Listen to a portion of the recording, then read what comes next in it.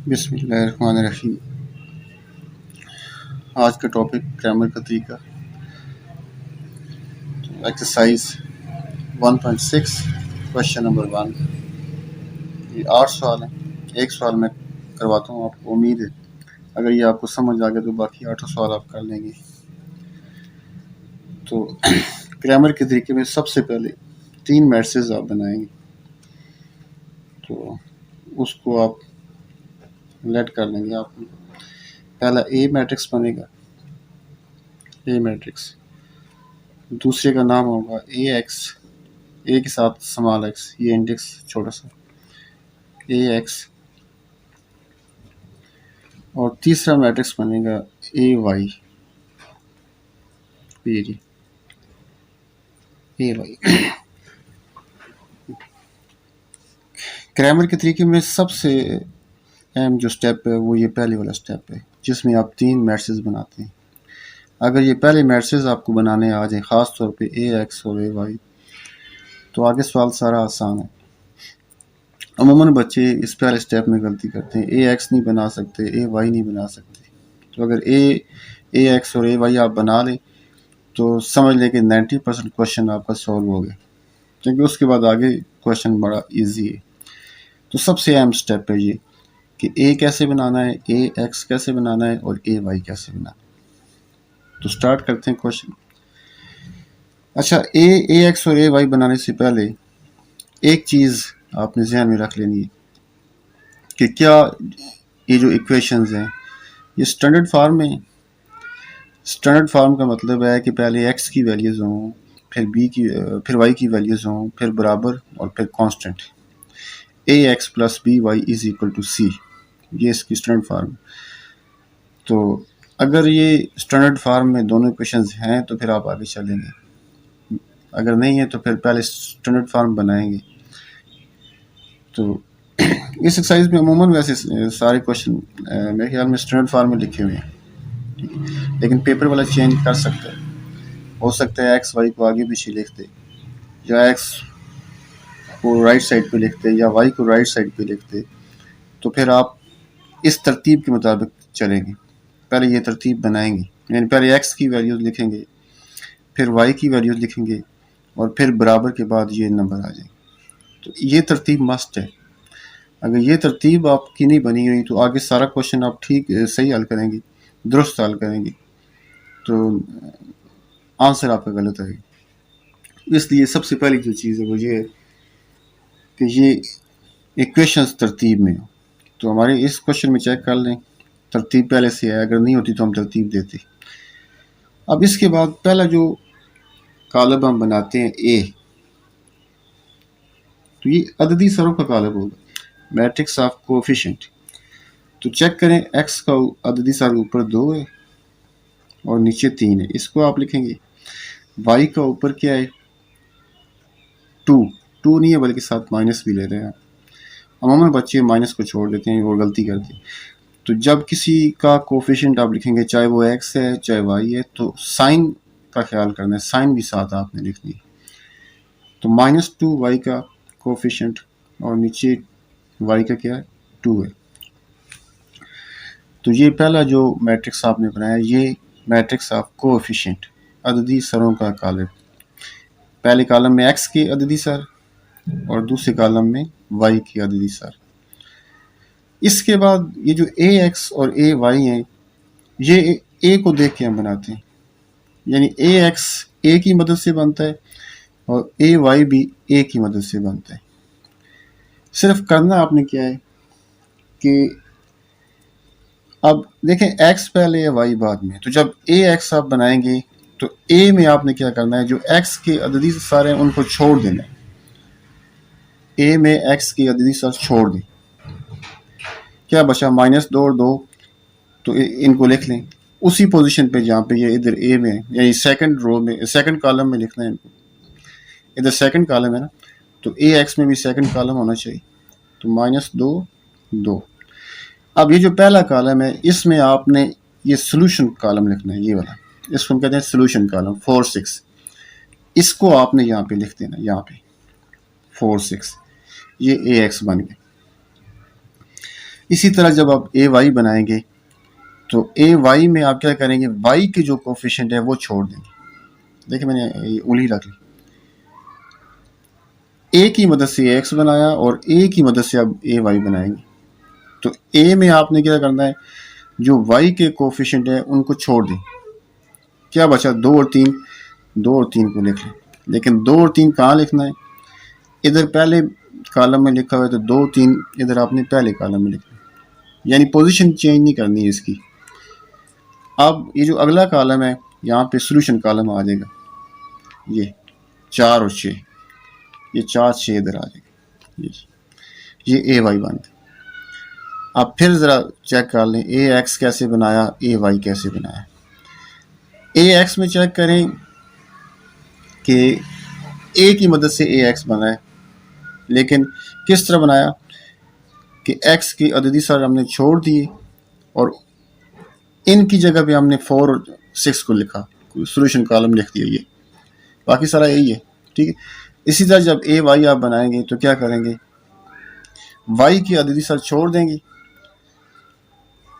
Y की अददी sir छोड़ देंगे और वाई की अददी सरों की जगह पे आप क्या लिखेंगे, 4 और 6 लिख देंगे, ये ए वाई बन गए। तो सबसे अहम चीज़ ये है कि ए एक्स कैसे बनाते हैं, ए वाई कैसे बनाते हैं। अगर ये समझ आ गया, मैं इसको एक और आसान तरीका भी है कि आसान तरीका जो है वो क्या है कि ए तो सिंपल है,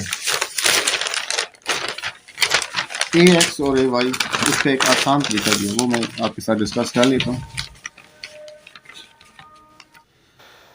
तो ए एक्स और ए वाई बनाने का एक और आसान तरीका सिंपल, मैं वो उन बच्चों को बता रहा हूँ कि जिनको ये पहले वाला मेथड समझ नहीं आया। वैसे प्रॉपर जो तरीका है वो पहले वाले जो मैंने आपको बता दिया कि जब ए एक्स बनाना हो तो एक्स के कोफिशिएंट की जगह पे सोल्यूशन कॉलम लिखते हैं, और ए वाई बनाना हो तो वाई के कोफिशिएंट को छोड़ दें और उनकी जगह पे सोल्यूशन कॉलम आप लिखते हैं। ये प्रॉपर तरीका है।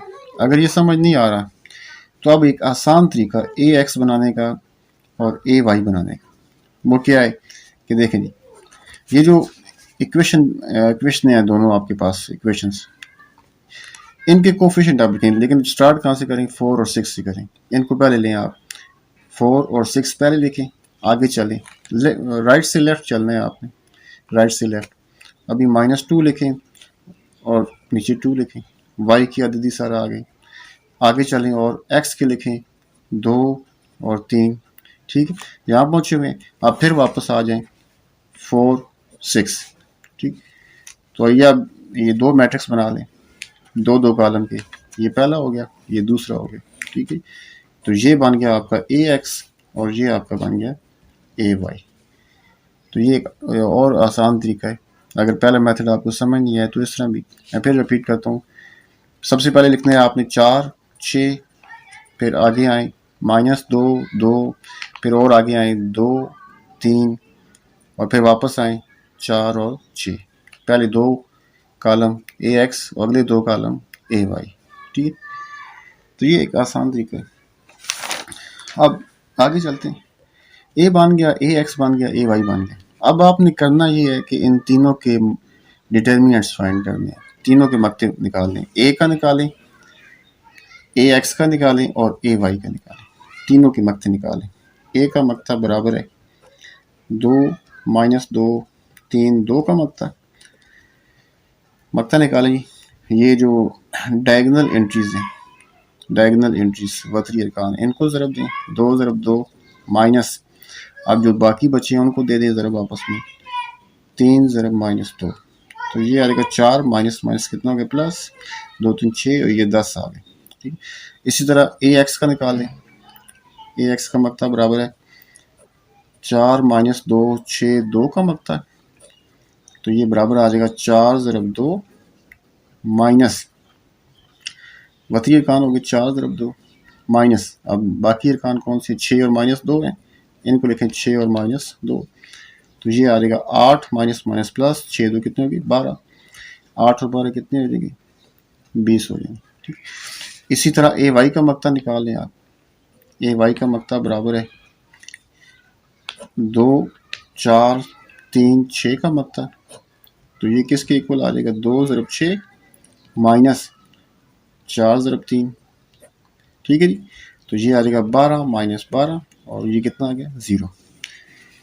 ए का मकता 10 आ गया, ए एक्स का मकता 20 आ गया और ए वाई का मकता 0 आ गया।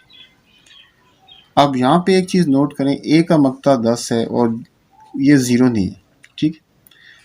तो अगर ए का मकता 0 आ जाएगा किसी क्वेश्चन में तो यहाँ पे आप लिखेंगे कि चूंकि ए का मकता सिफर है लिहाजा दी गई मसौतों का हल सेट मुमकिन नहीं, ठीक। क्यों मुमकिन नहीं, क्यों मुमकिन नहीं अगर ए का मकता 0 आ जाए? इसका जवाब ये कि हमने आगे जो फार्मूले इस्तेमाल करने हैं उन फार्मूलों में एक्स बराबर होगा ए एक्स का मकता बटा ए का मकता और वाई बराबर होगा ए एक्स का मकता ए वाई का मकता बटा ए का मकता। तो ए का मकता दोनों में नीचे आता है, ए के मकते से हम डिवाइड करते हैं। एक्स के फार्मूले में भी ए का मकता नीचे आता है, वाई के फार्मूले में भी ए का मकता नीचे आता है। तो अगर नीचे 0 आ जाए तो वो अनडिफाइन होता है, अनडिफाइन हो जाएगा। तो ना फिर आप एक्स निकाल सकेंगे ना आप वाई निकाल सकेंगे। तो इसलिए अगर ए का मकता 0 होगा तो क्वेश्चन वहीं पे आपने एंड कर देने, लेकिन साथ ही ए एक्स और ए वाई निकाल देने, ठीक। क्योंकि हो सकता है बाज़ दफ़े ऐसे होता है कि मार्किंग वाला बंदा सख्त होता है, तो बेहतर ये है कि आप ये तीनों मकते निकालें। सिर्फ ए का मकता निकाल के अगर वो 0 आए तो छोड़ ना दें, बल्कि साथ ए एक्स और ए वाई भी निकाल लें ताकि आपके नंबर ना कटें। तो ये अगर 0 नहीं आता, नॉन 0 आता है, तो फिर आप आगे चलेंगे। आगे बड़ा आसान। अब आपने फार्मूले लिखने हैं। देखिए अब हम जानते हैं कि वी नो दैट एक्स का एक फार्मूला है, अभी मैंने बताया था, ए एक्स का मकता ओवर ए का मकता, और वाई का फार्मूला है ए वाई का मकता ओवर ए का मकता। इन दोनों फार्मूला में वैल्यू पुट कर दें। This imply x is equal to a x का मकता कितना आया है 20 ओवर ए का मकता कितना है 10। तो 20 तकसीम 10 करेंगे तो 2 आंसर आ जाएगा, ये पहला एक्स का आंसर आ गया। दिस इम्प्लाई, इसी तरह यहाँ पे वाई निकाल लें, ए वाई का मकता 0 आया हुआ है 0 और ए का मकता कितना आया हुआ है, ए का मकता 10 आया हुआ है। तो 0 तकसीम 10 आंसर कितना आ जाएगा 0। ये दूसरा सवाल, दूसरा आंसर आ गया, ठीक है। बस x is equal to 2, y is equal to 0, ये हमारा आंसर आ गया, ठीक है। मैं फिर इस सवाल को एक दफ़ा रिपीट करता हूँ। तो सबसे पहला काम आपने क्या करना है कि दोनों मसवाते तरतीब में हो, पहले एक्स हो फिर वाई हो फिर बराबर के तरफ कोई नंबर हो। अगर ये तरतीब नहीं है तो ये तरतीब बनाएंगे और फिर ये तरतीब बनाने के बाद फिर आगे चलेंगे। उसके बाद आपने 3 मैट्रिक्स बनाने हैं, ए एक्स ए वाई, ठीक है। ए तो अददी सरों का मैट्रिक्स है, यानी एक्स की अददी सर लिखेंगे और वाई की अददी सर लिखेंगे। कोएफिशिएंट ऑफ एक्स ऊपर वाला नीचे वाला 2 3 और कोएफिशिएंट ऑफ वाई ऊपर वाला भी और नीचे वाला भी, ठीक है। ये तो ए बन गया। अब ए एक्स आपने कैसे बनाया कि ए एक्स में आपने क्या किया, ए में आपने क्या किया, एक्स की अददी सर छोड़ दी और इन की जगह पे आपने 4 6 को लिख दिया, ठीक है। इस तरह ए एक्स बन गया। ए वाई आपने किस तरह बनाया, ए वाई ये वाला, ये भी आपने ए की मदद से बनाया, वाई की अददी सर छोड़ दें और इन की जगह पे 4 6 लिख दें, तो इस तरह आपका ए वाई बन जाएगा। उसके बाद हमने तीनों के मकते निकाल दिए, ए का मकता, ए एक्स का मकता, ए वाई का मकता। उसके बाद फार्मूले लिखे, ये फार्मूले आपको याद करने होंगे कि एक्स का फार्मूला क्या है, ए एक्स का मकता बटा ए का मकता, और वाई का फार्मूला क्या है, ए वाई का मकता बटा ए का मकता। वैल्यूज पुट करेंगे, ए एक्स का मकता 10, ए एक्स का मकता कितना है 20 है और ए का मकता कितना है, ए का मकता 10 है, ठीक है जी। तो 20 बटा 10 आ गया, वैल्यूज पुट की, आंसर 2 आ गया।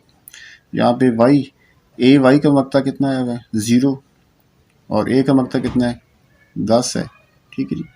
तो ये वैल्यूज पुट करेंगे 0 ओवर 10, तो आंसर 0 आ जाएगा, ठीक। लिहाजा एक्स बराबर 2 और वाई बराबर 0, ठीक। इसी तरीके पे आपने, अब ये कुल 8 सवाल हैं, तो इसी अगर आपको एक सवाल समझ आ गया तो 8 आप कर लेंगे। तो बाकी जो सवाल बुक में लिखे हुए हैं, बाकी 7 सवाल जो हैं उनको आपने ट्राई करना है इसी तरीके के मुताबिक। उम्मीद है उन सारों को आप हल कर लें। अल्लाह हाफ़िज़।